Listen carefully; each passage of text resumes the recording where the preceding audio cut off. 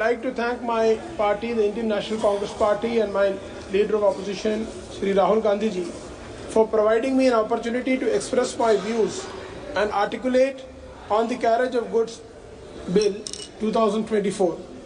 I would also like to thank you, sir, for allowing me to speak on this bill. This bill has great ramifications and consequences on Lakshadweep, my constituency, because unlike any other state and union territory in the country, this bill directly affects Lakshadweep. Most of the goods of transportation are done from the mainland. It is imported from the mainland to Lakshadweep, and as far as Calicut Bepur port and Mangalore port are the two major ports from where the goods are transported to Lakshadweep, whether it is public distribution system, essential commodities, essential items, construction items, materials, all of that. I would like to also mention here that in our territory there are no railways or roadways. We are totally relying on shipping. Shipping is the lifeline for us. In the passenger ships, we are transporting the goods along with passengers, and there are exclusive barges which are transporting the goods from the mainland to the islands. Sir, Lakshadweep is a scheduled tribe area under Schedule 5 of the Constitution of India. It has been granted the status of scheduled tribe because of the social and economic backwardness and geographical isolation from the mainland.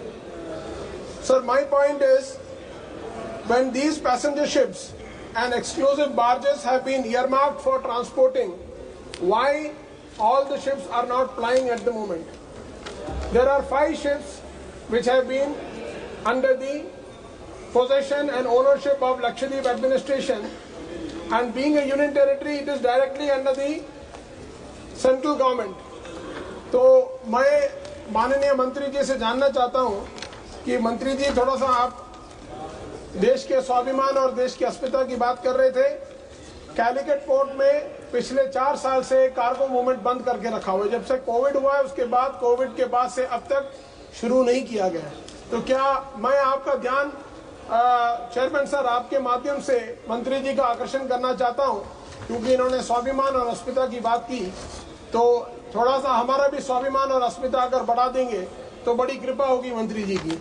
और उसके अलावा sir, मैं आपको ये कहना चाहता हूं कि 5 शिप में से अभी सिर्फ 1 शिप चल रहा है. 4 शिप ड्राई डॉक में डाला हुआ है, मेंटेनेंस कर रहे हैं, सर्वे कर रहे हैं. सालों साल पड़ा हुआ है, लोगों को आने जाने में दिक्कत हो रही है.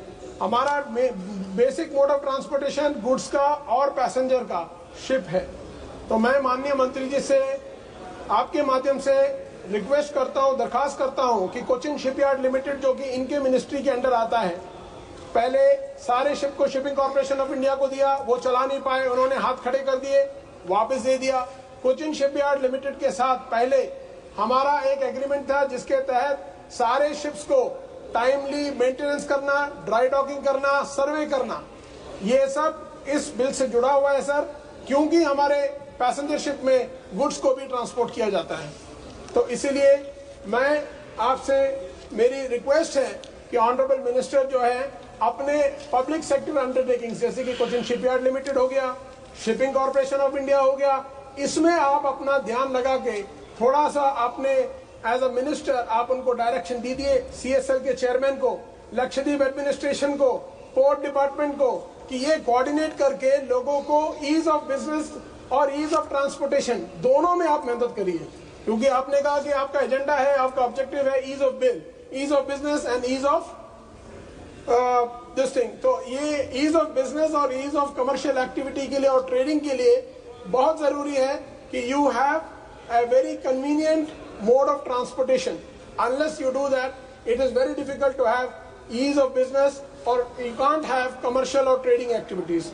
Sir, the objective of this bill is to regulate the carriage of goods from any port in India to any other port in India, or any port in India to any port overseas.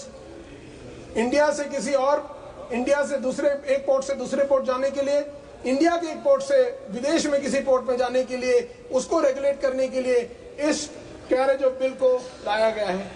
ये बताया गया था कि 1854 के कानून को जो कि ब्रिटिश के ज़माने में बनाया गया था। उसके बाद 1925 में भी एक कानून बनाया है, जिसके बाद विस्पी रूल्स बनाया था नॉर्वेजियन जो शिप बिल्डिंग इंडस्ट्री में और कार्गोस और इसके मूवमेंट में जो state of the art work है जिनका, तो उन्होंने इसको किया था। उसमें इंटरनेशनल कन्वेंशंस हैं, जैसे कि contracts, trading contracts, career perspectives के माध्यम से, transporters perspective, all of this is regulated, and we follow the international convention, the Hague Convention of 1922, which was amended again in 1978, which was called the Visby Rules and the Hague Rules. It's also called the Hague Rules.